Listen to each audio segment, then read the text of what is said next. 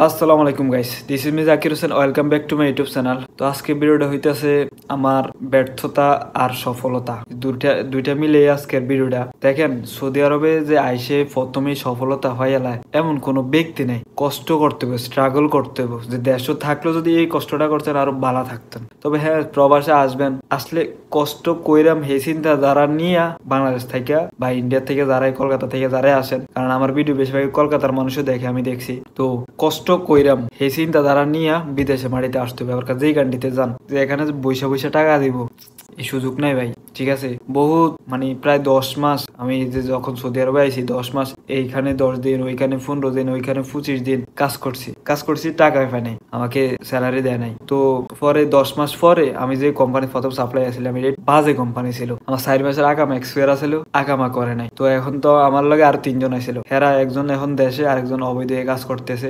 আলহামদুলিল্লাহ আমি ওই যে লিঙ্কের মাধ্যমে ভাই সবকিছু, যদি আপনি নতুন আসেন না সৌদি আরবে, যখন নতুন আসবেন টেনশনে কিচ্ছু নাই, আল্লাহর উপর ছাইড়া দিবেন, দেখবেন সবকিছু ঠিক হয়ে যাবো। ঠিক আছে, যখন আমি নতুন আসছিলাম তো এক সপ্তাহ মনে চোখের পানি নিজে নিজে পড়ছে, যাও ওইগুলা বাদ দিলাম। তো যখন আসবেন কষ্ট কইরাম সেই চিন্তা তারা নিয়ে আসতে হইব, বহুত কষ্ট, ধৈর্য ধরতে হইব। ধৈর্য ধরতে পারলে আপনি প্রবার জীবনে সফল হইতে পারবেন। ধৈর্য নাই তোলে কিছু হইব না। বলছিলাম আমরা যে 3 জন আইছিলাম, একজন দেশে, একজন অবৈধ হয়ে কাজ করতেছে, আর আমি কাফাল হয়েছি। আমার 4 মাসের আগে আমার মেয়াদ আসছিল না। পরে আরেক কোম্পানিতে বহুত কষ্টে 1.5 মাস আগামা ফাড়ায় রাখছি, মেল করে রাখছি হারে। তারপরে 1.5 মাস পরে একটা হোটেলে বলছে তোমার 3 দিন ট্রেনিং আছে, ওয়েট হলো। যদি ওইখানে ম্যানেজার যদি কয় হ্যাঁ তোমার রাখবো, তাহলে আমরা কাফালা করা। তবে হ্যাঁ, 4 মাস যে আমার আগামী এক্সপায়ার আছিল, ওইটার টাকা দিতে হইব। ওইটার কারণ ওইটা তো সরকারি টাকা, এটা টাকা দিয়ে তারপরে কাফালা হইতে হইব। ঠিক আছে, তো ওই ভাই বহুত কষ্ট করতে হইব। কষ্ট যদি কইরাম ধৈর্য ধরতে পারবেন, তাহলে সৌদি আরব বা যে কোনো কান্ট্রিতে আসেন, সমস্যা নাই। আইসা বলে ভাই ভাই আমি রেন করে আইসি, এত টাকা রেন, আমার একটা কাজ দেওয়া যাবে কিনা, ওইসব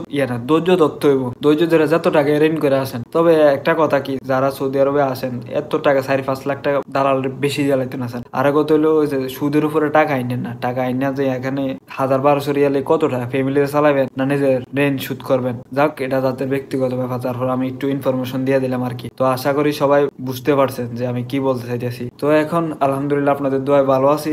আর যদি কারো কোনো কিছু জানা থাকে তাহলে অবশ্যই কমেন্টে জানাবেন, আমি সবার উত্তর দিতে চেষ্টা করবো ইনশাল্লাহ। তো সবাই ভালো থাকবেন, সুস্থ থাকবেন। সালাম আলাইকুম।